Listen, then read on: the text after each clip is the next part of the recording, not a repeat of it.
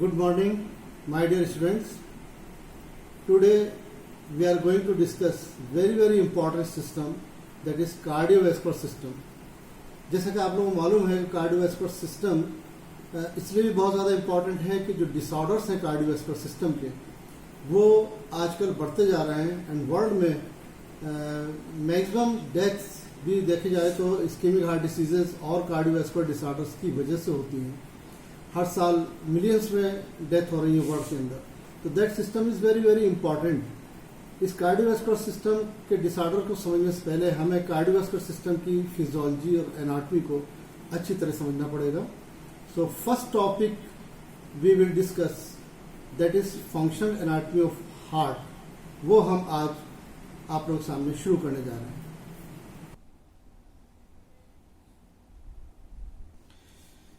ये देखिए, functional anatomy of heart को समझने से पहले हमें पूरा रिलेशन समझना ज़रूरी है कि हार्ट, लंग्स और बॉडी टिश्यूज़ में आपस में किस तरह से रिलेशन है और कैसे सर्कुलेशन होता है पूरी बॉडी के अंदर और लंग्स के अंदर और हार्ट के अंदर. तो this is schematic illustration of human circulatory system. You can see this in the centre there is heart having 4 chambers, right atrium, right ventricle, left atrium, left ventricle. This is lung, and this is upper part of the body, upper extremity and upper half of the body. This is lower half of the body, lower extremity. What happens? The deoxygenated blood from the upper half of the body through systemic veins, as well as from the lower half of the body through systemic veins, ultimately the blood reaches to superior vena cava and inferior vena cava. Superior vena cava from upper half of the body, inferior vena from the lower half of the body, and these vena cavae opens into right atrium. So deoxygenated blood from the body tissues enter into the right atrium first. From the right atrium, this blood enters into the right ventricle through a valve that is known as the tricuspid valve. They open and blood reaches to the right ventricle. From the right ventricle, this pulmonary aorta arises, and this pulmonary aorta again divides into the 2 pulmonary arteries, right and left. Right pulmonary artery reaches to right lungs and left pulmonary artery to the left lung. And through these pulmonary arteries, when blood enters into the lungs, there are the pulmonary capillaries and there are lung alveoli. Lung alveoli, उसके अंदर air भरी है, oxygen है जो inspired air आ रही है, और pulmonary capillaries हैं. और कार्बन डाइऑक्साइड जो यहाँ पर डीऑक्सीनेटेड ब्लड के अंदर वो फिर एल्वुलाई से होते हुए फिर एक्सपायर्ड हो जाती है, बाहर निकल जाती है लंग्स के थ्रू. और ऑक्सीजन जो है लंग एल्वुलाई से होती हुई पल्मोनरी कैपिलरीज में आ गई. Now the blood becomes oxygenated. तो ये राइट साइड ये पूरा आपको डीऑक्सीनेटेड ब्लड सर्कुलेशन शो कर रहा है. Now oxygenated blood through capillaries ultimately enters into the pulmonary veins. There are 4 pulmonary veins, 2 from the right lung, 2 from the left lung, and through pulmonary veins blood enters into the left atrium. ये pulmonary veins और pulmonary artery exceptions हैं कि ये pulmonary arteries हैं, लेकिन ये deoxygenated blood ले जा रही हैं, जबकि systemic arteries सब oxygenated blood ले जाती हैं. ये pulmonary veins ये एक्सेप्शन है कि they are the only veins which carry oxygenated blood, जबकि और जो वेन्स है वो डीऑक्सीनेटेड ले जाती हैं. तो ये वेन्स वो हैं जो एंटर कर रहे हैं हार्ट के अंदर, ठीक है. ये डीऑक्सीनेटेड ब्लड के लिए, ये ऑक्सीजनेटेड ब्लड के लिए. आर्टरीज वो हैं जो हार्ट से निकल रही हैं, जैसे pulmonary aorta pulmonary arteries and systemic aorta systemic arteries. Left atrium में जब deoxygenated blood आता है, that blood enters into the left ventricle with the opening of another valve between the left atrium and left ventricle, the mitral valve or bicuspid valve. Blood comes to the left ventricle. From the left ventricle, when the ventricle contracts, now blood enters the systemic aorta.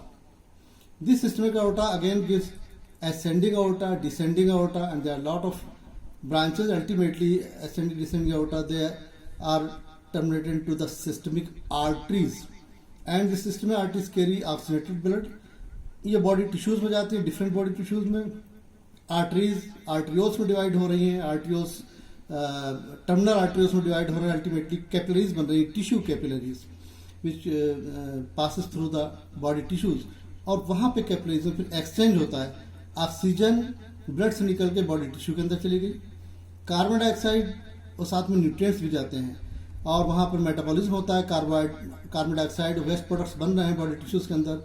That carbon dioxide waste products वो enter कर जाते हैं tissue capillaries के venous end के तरफ, और फिर वो वेन्यूल्स अल्टीमेटली वेंस में कन्वर्ट होते हैं, वो सिस्टम वेंस के थ्रू फिर inferior vena cava, superior vena cava बनता है, और सारा डीऑक्सीजनेटेड ब्लड फिर से राइट एट्रियम में आ जाता है। तो ये एक स्कीमेटिक इलस्ट्रेशन है कि हार्ट से डीऑक्सीजनेटेड ब्लड लंग्स में गया, लंग्स में ऑक्सीडेशन हुआ, फिर ऑक्सीडेटेड ब्लड फिर हार्ट में आया लेफ्ट साइड में, और उसके बाद पूरी बॉडी में चला गया जहाँ पर मेटाबॉलिज्म हो रहा है और ऑक्सीजन बॉडी टिश्यू को प्रोवाइड हो रही है। यही एक इसमें भी और सिंप्लीफाई कर दिया है। ये हार्ट है, ये upper part of body, lower part of body, blood enter कर दिया राइट एट्रियम में, फिर राइट वेंट्रिकल में, फिर पल्मोनरी एओर्टा, ये दो पल्मोनरी आर्टरीज आपको दिख रही हैं, और ये पल्मोनरी आर्टरी लंग्स में पहुंच रही हैं। लंग्स में ये कैपिलरीज हैं और एल्विलाई हैं, जहां पे कार्बन डाइऑक्साइड ऑक्सीजन का एक्सचेंज हो रहा है, कार्बन डाइऑक्साइड निकल जा रही है, एक्सपायर हो जाएगी, ऑक्सीजन जो है लंग एल्विलाई से होती कैपिलरीज में आ गई। फिर दो पल्मोनरी वेन्स राइट लंग से, दो पल्मोनरी वेन्स लेफ्ट लंग से आती हैं, चारों पल्मोनरी वेन्स ओपन हो रही है लेफ्ट एट्रियम में, फिर लेफ्ट वेंट्रिकल, फिर ब्लड आ रहा है systemic outta, arch of outta बन रहा है, असेंडिंग डिसेंडिंग, और अल्टीमेटली बॉडी टिश्यूज में चला जा रहा है। तो यहाँ पे एक चीज बताना ज्यादा बेहतर रहेगा कि दो सर्कुलेशन आपको दिखाई पड़ रहा है, हार्ट से लंग्स और लंग्स से हार्ट, या कह सकते हैं कि राइट वेंट्रिकल से लंग्स में और लंग्स से लेफ्ट एट्रियम में। ये पल्मोनरी सर्कुलेशन कहलाता है। पल्मोनरी सर्कुलेशन इसे हम लेसर सर्कुलेशन भी कहते हैं। दूसरा सर्कुलेशन है हार्ट से पूरी बॉडी टिश्यू में, यह कह सकते हैं कि लेफ्ट वेंट्रिकल से बॉडी टिश्यूज और बॉडी टिश्यूज से राइट एट्रियम में। तो हार्ट से बॉडी टिश्यूज हार्ट, ये ग्रेटर सर्कुलेशन कहलाता है या सिस्टमिक सर्कुलेशन कहलाता है। तो there are two types circulation, systemic as well as pulmonary circulation. अब ये जो सेंटर में हार्ट है, अब इसकी डिटेल हम लोग डिस्कस करेंगे। ये हार्ट में right atrium, right ventricle, left atrium, left ventricle, superior vena केवा एंटर कर रहा है या इंफीरियर वेना केवा, और ये पल्मोनरी ट्रंक हो गया, दो पल्मोनरी आर्टरी डिवाइड होगा, ये आर्टिक आर्च है लेफ्ट वेंट्रिकल से, और ये दोनों के बीच में एक लिगामेंटम आर्टरियोसम है। फीटल लाइफ में ये ओपन रहता है, लेकिन आफ्टर बर्थ ये क्लोज हो जाता है, जिससे ऑक्सीजनेटेड ब्लड और डीऑक्सीजनेटेड ब्लड आपस में नहीं मिल पाते हैं। अब इसको अगर हम इंटरनल स्ट्रक्चर देखना चाहें हार्ट का, तो इंटरनल स्ट्रक्चर है राइट एट्रियम, राइट वेंट्रिकल, यहां पर ट्राइकस्पिड वाल्व है जो ओपन हो रहे हैं, लेफ्ट एट्रियम, लेफ्ट वेंट्रिकल, यहां पर बाइकस्पिड वाल्व है, यहाँ दो कस्प है, यहाँ पे तीन कस्प है, लेफ्ट वेंट्रिकल में ओपन हो गए। और ये आपको दिखाई पड़ रहा है कॉर्डी टेंडिनी, और कॉर्डी टेंडिनी वाल्व से अटैच है, वाल्व के बाद में ये पेपलरी मसल से अटैच है, पेपलरी मसल जो है हार्ट की वाल्व से अटैच है।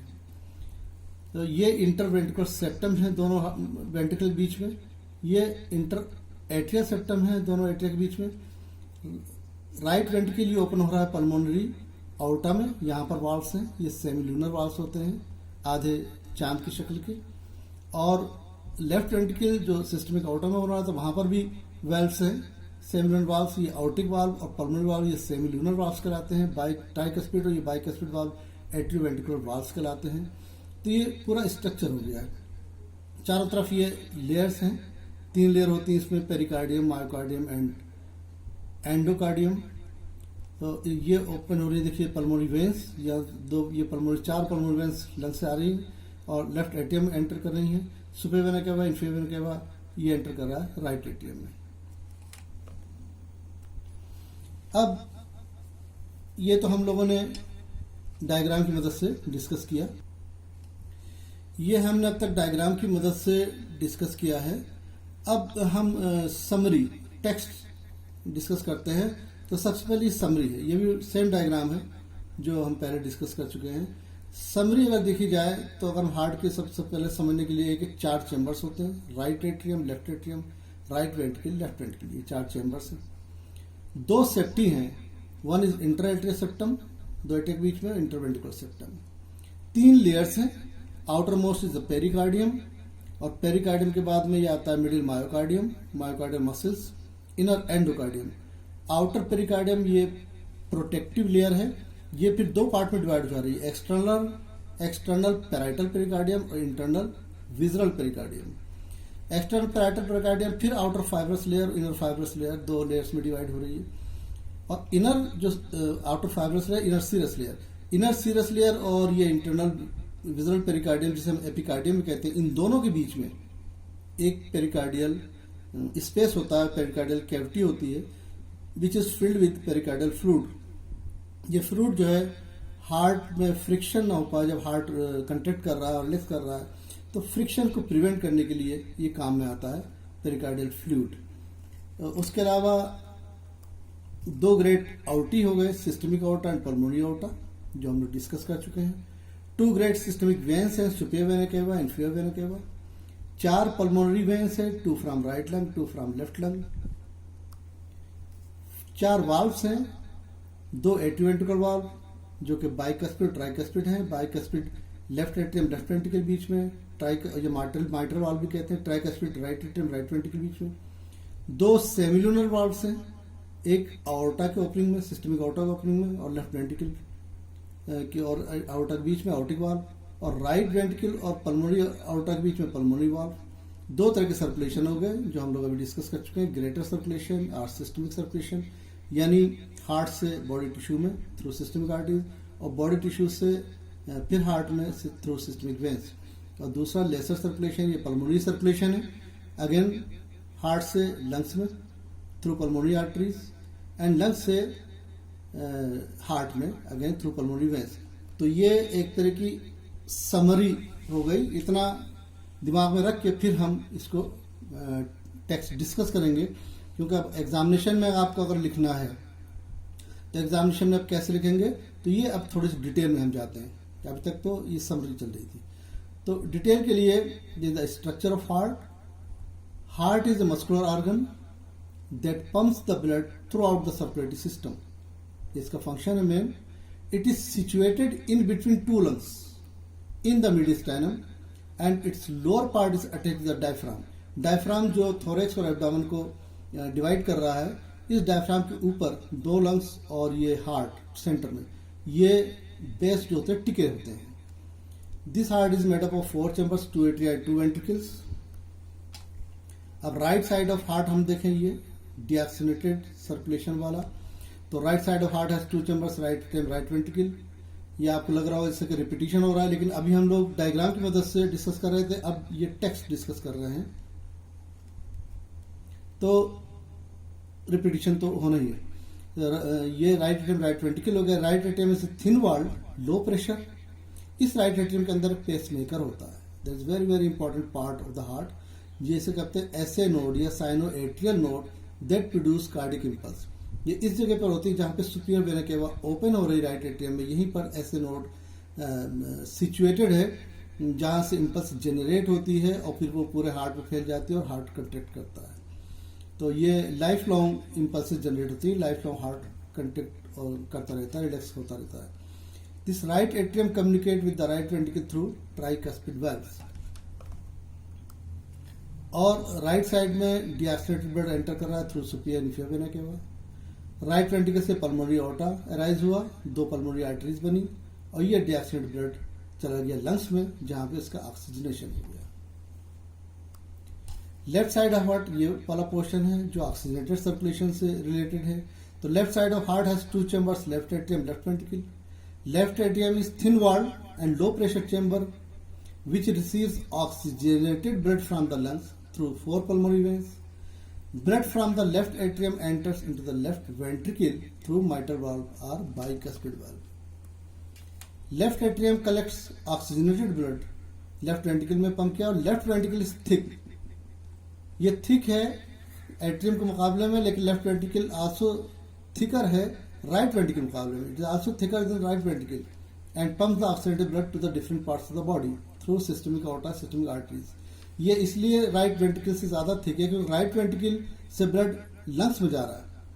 एक छोटा पोर्शन है, सिर्फ एक ही ऑर्गन है, और जबकि लेफ्ट वेंट्रिकल से ब्लड पूरी बॉडी में जा रहा है, तो लेफ्ट वेंट्रिकल को ज़्यादा मेहनत करनी पड़ती है, ज़्यादा फोर्सफुली कंट्रैक्ट होना पड़ता है, और इसलिए लेफ्ट वेंट्रिकल की मसल्स ज़्यादा थिक हैं comparative to the right ventricle. दो सेप्टी हो गए, इंटर एट्रियल सेप्टम दो एट्रिया के बीच में, और इंटरवेंट्रिकल दो वेंट्रिकल के बीच में. तो right and left atria are separated from one another by a fibrous septum called interatrial septum. This is membranous structure. ये मेम्ब्रेनस स्ट्रक्चर है इंटरएट्रियल सेप्टम. जबकि जो इंटरवेंट्रिकल सेप्टम है which is situated between right and left ventricles, ये interventricular system, इसका upper small part membranous है, लेकिन lower large part it is muscular in nature. ये डिफरेंस है दोनों में. फिर ये लेयर्स आ गई जो पहले भी हमने डायग्राम की मदद से डिस्कस किया था. अब ये टेक्स्ट है जो आपके काम आएगा जब कभी आपको एग्जामिनेशन में लिखना होगा.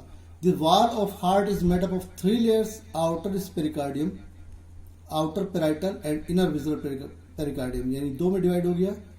Outer parietal pericardium again divided into outer fibrous inner serous pericardium. Serous pericardium और इनर विजुअल के बीच में there is pericardial cavity in between serous parietal layer और visual layer. Visual layer को हम epicardium भी कहते हैं, and that is filled with the pericardial fluid, जो कि हार्ट में फ्रिक्शन ना होने पाए उसको फ्रिक्शन प्रिवेंट करता है pericardial fluid. Middle myocardium myocardial muscles से जो कंट्रैक्ट करती हैं. ये लार्जेस्ट पार्ट है तीनों लेयर्स में, ये मायोकार्डियल मसल्स हैं, यही कंट्रैक्ट करती है. और एंडोकार्डियम जो लेयर है it continues with the valves of the heart and it continues with the interatrial as well as interventricular septi.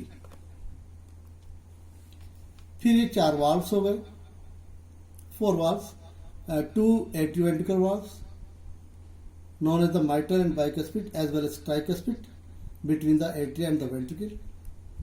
Other 2 are semilunar valves placed at the opening of systemic aorta and pulmonary aorta and known as aortic and pulmonary valve respectively.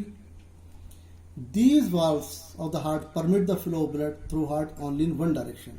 सिर्फ एक ही direction में blood जाएगा, अगर वापस आने की कोशिश करेगा ये वाल्व बंद हो जाते हैं. जैसे एट्रियोवेंट्रिकल वाल्व्स जो एट्रिया वेंट्रिकल के बीच में है, ये ब्लड को एट्रिया से वेंट्रिकल में ले जा रहे हैं और बैक फ्लो प्रिवेंट करते हैं कि वापस ब्लड एट्रिया में ना आने पाए.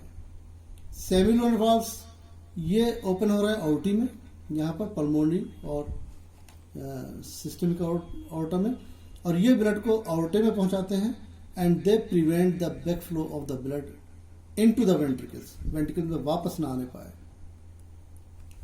ये चारों वाल्व्स दिखाए हैं. अगर हम ऊपर से देखते हैं एक तरह का सेक्शन काट के, तो ये माइटल वाल्व है 2, ये बाइकस्पिड कहते हैं 2 कस्प है. ये ट्राइकस्पिड वाल्व है 3 कस्प है. और ये आउटिक और पल्मोनरी वाल्व है, ये सेमिलुनर है, इसके अंदर आधे चांद के शक्ल के वाल्व कस्प हैं, तो सेमिल्यूनर नाम से जाहिर हो रहा है, हाफ मून शेप्ड. ये इसके अंदर कस्प हैं आउटिक वाल्व में और पल्मोनरी वाल्व में. और ये चारों वाल्व्स सराउंडेड हैं मेम्ब्रेन से, और ये मेम्ब्रेन कंटिन्यू है 4 वाल्व्स के अंदर. यहाँ पे एक रिंग्स बन रही हैं, ये एनुलाई फाइब्रोसाई फाइब्रस स्ट्रक्चर है, और ये एनुलाई यानी रिंग्स बना के चारों तरफ से इसको घेरे हुए हैं, और आपस में ये कंटिन्यू है 4 वाल्व्स में कनेक्शन है. अब पेपिलरी मसल्स और कार्डियक टेंडिनी, ये बहुत इंपॉर्टेंट स्ट्रक्चर है, बहुत इंपॉर्टेंट फंक्शन भी है. ये पहले भी बताया था कि ये दोनों जो बाइकस्पिड वाल्व्स है, यहाँ से पेपिलरी मसल्स ये निकल रही हैं. ये ट्राइकस्पिड में तीनों कप से ये पेपिलरी मसल्स निकल रही हैं. एक तरफ ये वायस अटैच है, दूसरी तरफ ये कार्डियक टेंडिनी निकल रही है. यहाँ पे cardiac tendineae cord like structure है टेंडन. ये कार्डियक टेंडिनी अटैच होती है पेपिलरी मसल्स से. These papillary muscles are attach to the ventricular wall. इनका फंक्शन क्या है कि जब वेंट्रिकल कंट्रैक्ट करता है, वेंट्रिकल सिस्टोल होता है, तो ब्लड ये पल्मोनरी आर्टरी और सिस्टमिक आर्टरी में जा रहा है, लेकिन ये वापस भी आने की कोशिश करता है तो ये वाल्व दोनों बंद हो जाते हैं, माइटरल और ट्राइकस्पिड वाल्व, इसलिए ब्लड नहीं आ पाता एट्रिया के अंदर। लेकिन अगर फोर्सफुल कंट्रैक्शन हो रहा है, बहुत ज़्यादा फोर्सफुल कंट्रैक्शन होगा तो हो सकता है कि वाल्व एट्रिया में प्रोलेप्स कर जाए और ये वाल्व इधर एट्रिया में प्रोलेप्स कर जाए और ब्लड बैक फ्लो हो जाए एट्रिया के अंदर। तो ये प्रिवेंट करने के लिए नेचर ने यहाँ पर कॉर्ड लाइक स्ट्रक्चर बनाया है जो वाल्व्स को खींचे रहते हैं, और ये पेपरी मसल से अटैच है और फिर वेंट्रिकल वाल्व से है। तो ये कॉर्डी टेंडिन और पेपरी मसल ये दोनों खींचे रहते हैं वाल्व्स को कि वाल्व्स प्रोलेप्स न करें एट्रिया के अंदर और back flow of blood prevent रहे। तो that is very very important structure in the heart. So cusps of the AV valves are attached to the papillary muscles by means of chordae tendineae. These papillary muscles and chordae tendineae also help to prevent prolapse of AV valves in atria during ventricular systole. अब something about physiological syncytium. ये cardiac muscle fibers और skeletal muscle fibers थोड़ा सा काफ़ी differences हैं, लेकिन काफ़ी similarities भी क्योंकि दोनों स्ट्राइटेड हैं, मगर ये कार्डियक मसल जो इनवॉलेंट्री है, स्केलेटल वॉलेंट्री है। लेकिन उसके अलावा एक इम्पॉर्टेंट डिफरेंस ये है कि स्केलेटल मसल फाइबर्स अगर एक फाइबर को हम स्टिमुलेट करेंगे तो वही फाइबर स्टिमुलेट होगा, और बाकी सब फाइबर्स को स्टिमुलेट करेंगे तो सब फाइबर स्टिमुलेट होंगे। लेकिन हार्ट की अगर हम मसल फाइबर को स्टिमुलेट करते हैं तो मसल फाइबर एक मसल फाइबर से दूसरे मसल फाइबर, दूसरे से तीसरे, इस तरह सारे फाइबर्स एक साथ स्टिमुलेट हो जाते हैं क्योंकि वो उनके बीच में गैप जंक्शन है। तो वो फिजियोलॉजिकल सेंसेशन कहलाती है कि पूरी मसल, कार्डियक मसल एक साथ स्टिमुलेट हो जाती है। तो syncytium means tissues with cytoplasmic continuity between the adjacent cells. लेकिन हालांकि कार्डियक मसल में कंटिन्यूटी नहीं है cytoplasmic. However cardiac muscle is like a physiological syncytium although there is no continuity of the cytoplasm and the muscle fibers are separated from each other by the cell membrane. दोनों separate भी हैं cell membrane से, लेकिन connection क्या है? Connection है gap junction.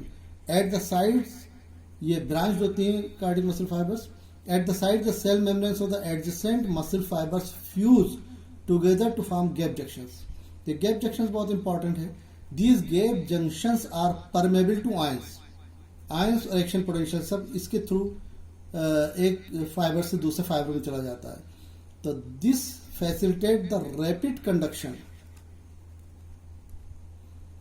Conduction of action potential from one fibre to another और one cell to another. Because of these all the cardiac muscle fibres act like a single unit which is referred as syncytium. लेकिन ये सिंसीशियम भी, इसमें भी दो part हैं। Atria का syncytium अलग है, वेंट्रिकल का सिंसीशियम अलग है। Syncytium in the human heart has two portion, syncytium of the atria and syncytium of ventricles. Both the portion of syncytium are connected by a thick non fibrous ring called atrioventricular ring. ये दो सिंसीशिया अलग इसलिए हैं कि जब impulse ऐसे node से generate होती है, एट्रिया में पहुंचती है, एट्रिया एक्साइट होता है एक्शन पोटेंशियल, तब एट्रिया कंट्रैक्ट करेगा, एक साथ एट्रिया कंट्रैक्ट करता है और कंट्रैक्ट करने बाद में ब्लड वेंट्रिकल में चला जाता है। तो थोड़ी देर के जो इम्पल्स है वो एवी नोड पर आकर रुकती है। इतनी देर में वेंट्रिकल ब्लड से फिल हो जाता है और उसके बाद 0.09 सेकंड के लिए एवी नोड पर जो इम्पल्स है वो रुक रही है, इसे एवी नोडल डिले कहते हैं। After ventricle is filled, her ventricle में 70 ml ब्लड आ जाता है, राइट में और लेफ्ट में एक बीट में। उसके बाद में फिर इम्पल्स जो है through other conducting system ventricle में जाता है, फिर वेंट्रिकल एक्साइट होता है, फिर वेंट्रिकल कंडक्ट करता है, उससे फिर पूरा ब्लड जो है आउट में चला जाता है। अगर ये दोनों के बीच में एवी नोडल डिले नहीं होता और दोनों एक साथ कंडक्ट करते हैं, एट्रिया भी वेंट्रिकल भी, तो थोड़ा सा इसमें कार्डियक आउटपुट में या स्टोक वॉल्यूम में थोड़ा सा फर्क पड़ जाता है। इसलिए दो पोर्शन ही अलग अलग हैं। पहले एट्रिया कंट्रैक्ट करता है, ब्लड वेंट्रिकल में आ जाता है, फिर वेंट्रिकल एक्साइट करता है, फिर वेंट्रिकल कंट्रैक्ट करता है। तो दे आर टू सिंसीशिया। ये देखिए ऐसे नोड से इम्पल्स जनरेट हो रही है, फिर एट्रिया में पहुंची, एट्रिया कंट्रैक्ट हुआ या एवी नोड में जाके थोड़ी देर के लिए रुक गई, ये मीनवाइल ये एट्रिया कंट्रैक्ट करा और ब्लड जो है यहाँ वेंट्रिकल में आ गया। अब ये इम्पल्स यहाँ से बंडल ऑफ हिस से होती हुई right and left bundle branches में पहुंची, फिर ये एपेक्स में पहुंच के वापस हुई पुरकिंजे फाइबर्स में पहुंची और उसने वेंट्रिकल की मसल्स को एक्साइट किया, एक्शन पोटेंशियल यहाँ जनरेट हुआ, वेंट्रिकल मसल कंट्रैक्ट हुई और ब्लड जो है दोनों आउटी में पहुंच गया। तो ये सेंसेशन एक अलग है और ये सेंसेशन अलग है। पहले एट्रिया कंट्रैक्ट करेगा, उसके थोड़ा सी देर के बाद में वेंट्रिकल कंट्रैक्ट करेगा। तो this is physiological syncytium in the heart.